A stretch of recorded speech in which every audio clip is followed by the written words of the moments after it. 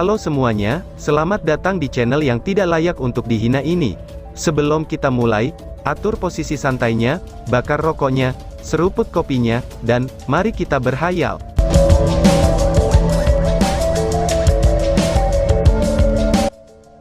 Kita lanjut ke alur ceritanya. Gorila itu datang ke sisinya, dan secara alami ia menatapnya dengan penuh percaya diri sambil meraung pelan.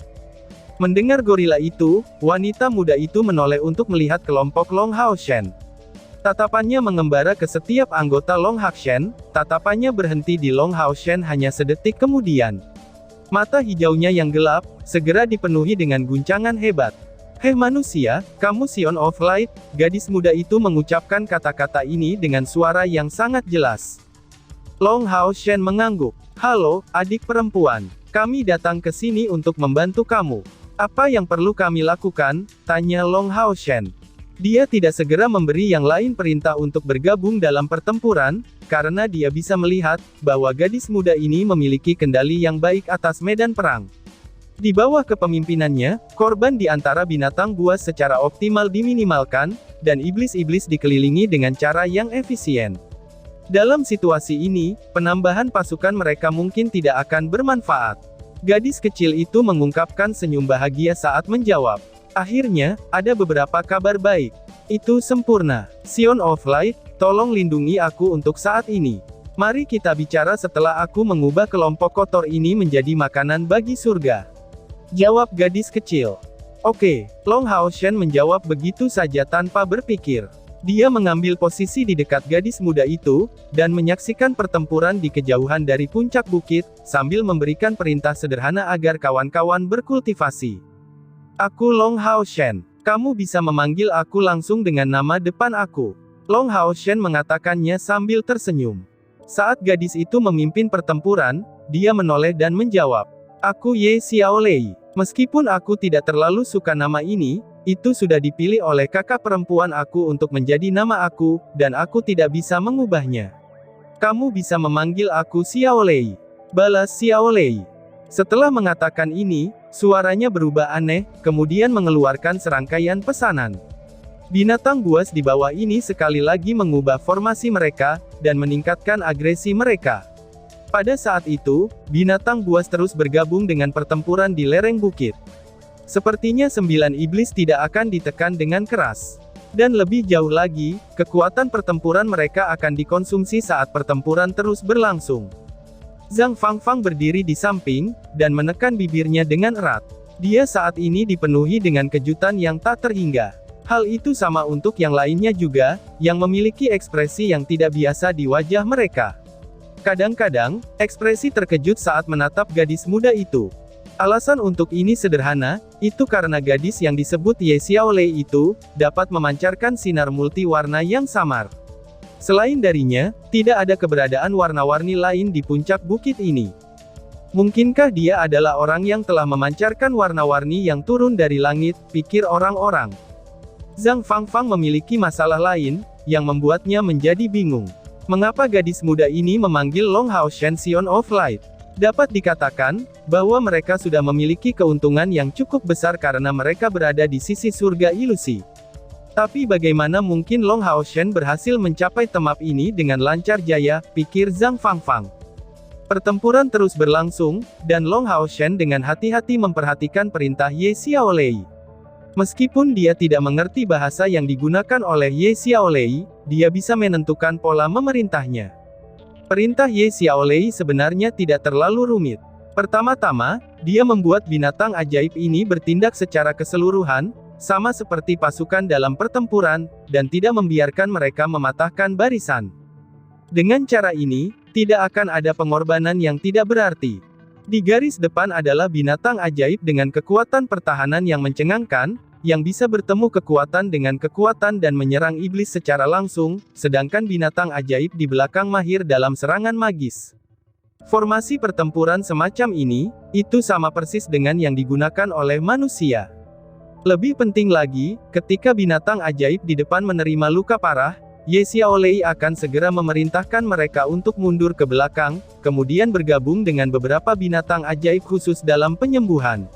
Menyusun lapisan demi lapisan sinar hijau, mereka akan dengan cepat menyembuhkan luka mereka, sebelum binatang ajaib yang pulih akan kembali dalam pertempuran. Setiap kali kemampuan yang kuat diluncurkan oleh kelompok 9 iblis, Ye Xiaolei kemudian akan mengerahkan seluruh energinya untuk memerintahkan binatang ajaib untuk mundur, atau meluncurkan serangan terbaik mereka sendiri. Baik untuk menghindari, memblokir, atau menerobos kemampuan musuh. Kelompok 9 iblis tidak bisa dikatakan memiliki koordinasi yang sangat besar, tetapi kekuatan individu mereka cukup tinggi. Bahkan kekuatan Yueye jauh lebih besar daripada di masa lalu. Ahbao semakin kuat, sampai-sampai binatang buas tidak dapat menyebabkan kerusakan padanya. Tetapi bahkan dalam situasi seperti itu, mereka mampu ditahan dan tidak dapat menembus jajaran makhluk buas magis, dan kerusakan yang berhasil mereka timbulkan ke binatang buas juga terbatas. Long Haoshen awalnya tidak bisa tetap tenang, tetapi dengan seorang komandan seperti Ye Xiaolei di sini, bahkan iblis yang kuat mengalami kesulitan untuk menyerang mereka. Walau bagaimanapun, ini adalah surga ilusi, ini adalah tanah kelahirannya. Namun, Long Haoshen juga merasa penasaran dengan identitas Ye Xiaolei ini.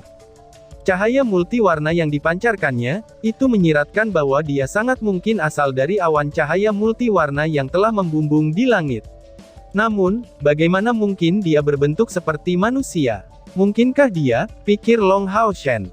Pada titik ini, Long Haoshen merasakan keheranan jauh di dalam pikirannya, dan memikirkan kata-kata yang ayahnya katakan sebelum ini, mengenai tingkatan tungku spiritual.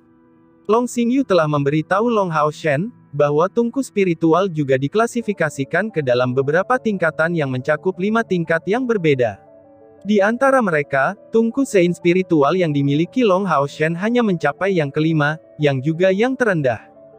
Tingkat tungku spiritual dibagi berdasarkan utilitas mereka, serta kekuatan dan potensi mereka untuk pertumbuhan, dan juga evaluasi mereka secara keseluruhan. Alasan mengapa tungku sein spiritual hanya pada tingkat kelima adalah, bahwa kemampuan pemeliharaan khususnya, itu tidak pernah diciptakan oleh kuil ksatria. Atau, itu sangat mungkin telah mencapai tingkat ketiga. Sebagian besar tungku spiritual dari tingkat kelima, baik yang defensif ataupun yang berorientasi pada dukungan, tetapi sangat sedikit tungku spiritual untuk ofensif. Umumnya, mereka hanya membawa satu kemampuan, dan hanya memiliki kemungkinan untuk berkembang 2 kali. Tungku sein spiritual adalah satu-satunya pengecualian untuk ini, di antara tungku spiritual tingkat kelima. Menurut pendapat banyak orang, utilitas terbesar tungku sein spiritual berbohong dalam penggunaannya dari si pengguna dengan tingkat kultivasi yang relatif rendah, dan bertindak sebagai inti dari timnya. Namun, dengan meningkatnya kultivasi seseorang, utilitas sein spiritual staff akan berkurang.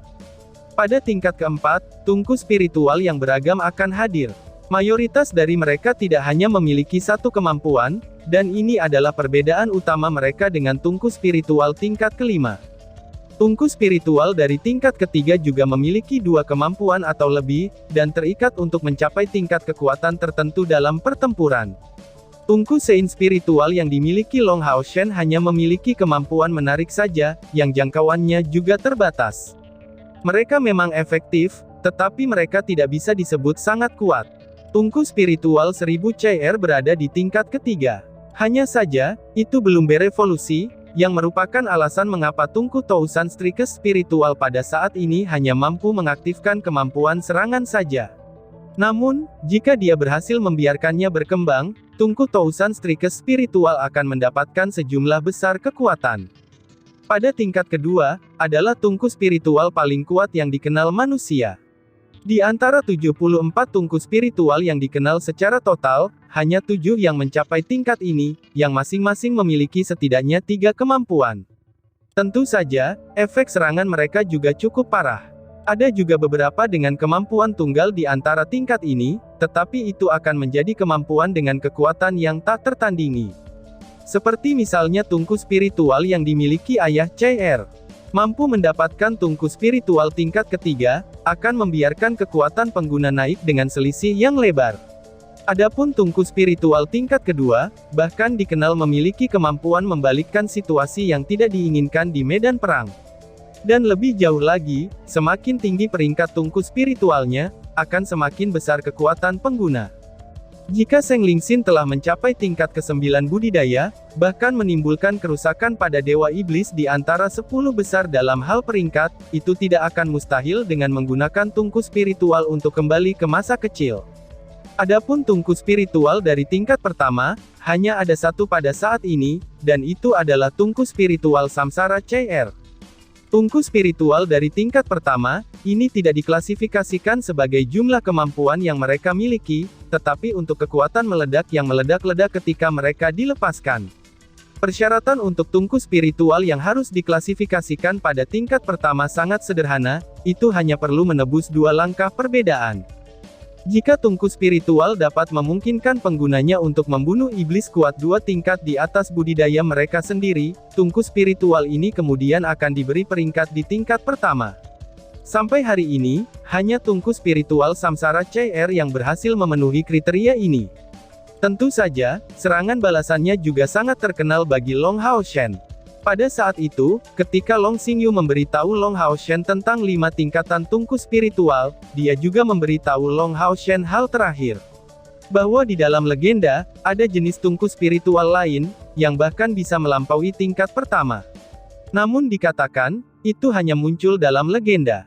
Itu tidak pernah ada dalam sejarah aliansi kuil, tetapi telah dilaporkan juga, bahwa sesekali di era Glorious, kaisar yang paling kuat dari 3 kekaisaran telah memiliki tungku spiritual semacam itu.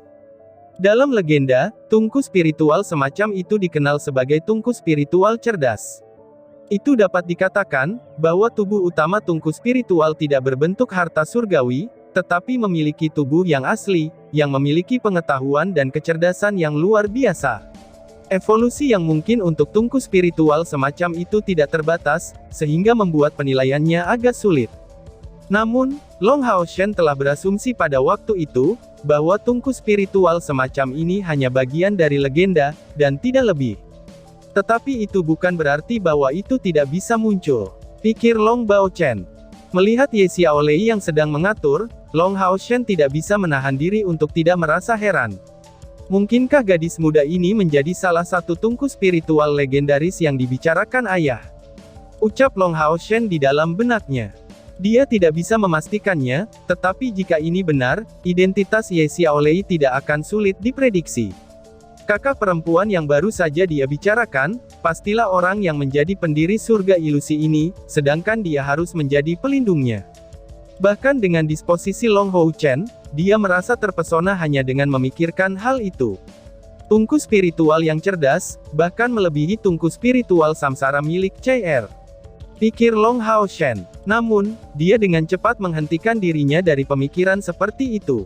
Apapun yang terjadi, dia tidak dapat melakukan apapun yang merugikan gadis muda ini, dan tidak dapat mengizinkan siapapun untuk melakukannya. Perasaan ini benar-benar tulus, dan muncul ketika Long Hao Shen telah melihat Ye Xiaolei untuk pertama kalinya. Dia tidak tahu dari mana perasaan ini berasal, tetapi itu menyebabkan perubahan dalam hatinya sendiri, dan memberikan senyum di wajahnya. Perasaan yang memberinya kenyamanan dan kemudahan. Namun, itu hanya semacam perasaan yang didapat seseorang setelah melakukan perbuatan baik dengan ikhlas.